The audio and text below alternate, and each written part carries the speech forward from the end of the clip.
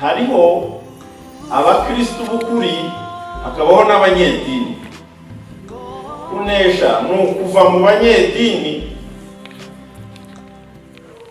ukaba umukristo wa Bibiliya.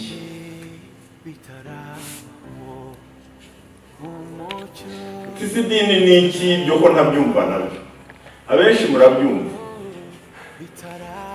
Burya rero idini ntabwo nabivuga neza.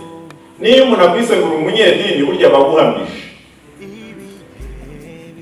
Idini rikwemerera kwitwa umukristo udasenga.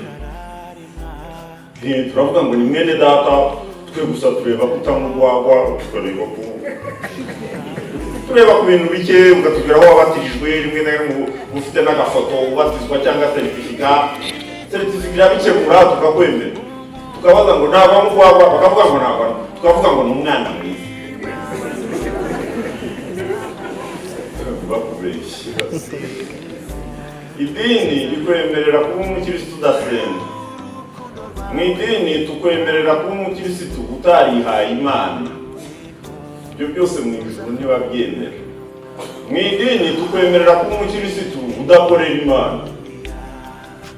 Kubitana n'umuntu mu mujyi, nk'iyo turasengana ngo ni mwene data. Mama.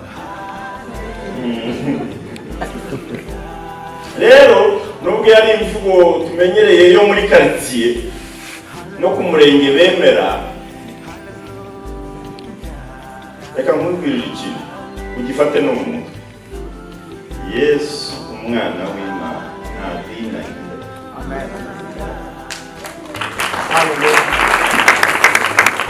Namba nta dini agira.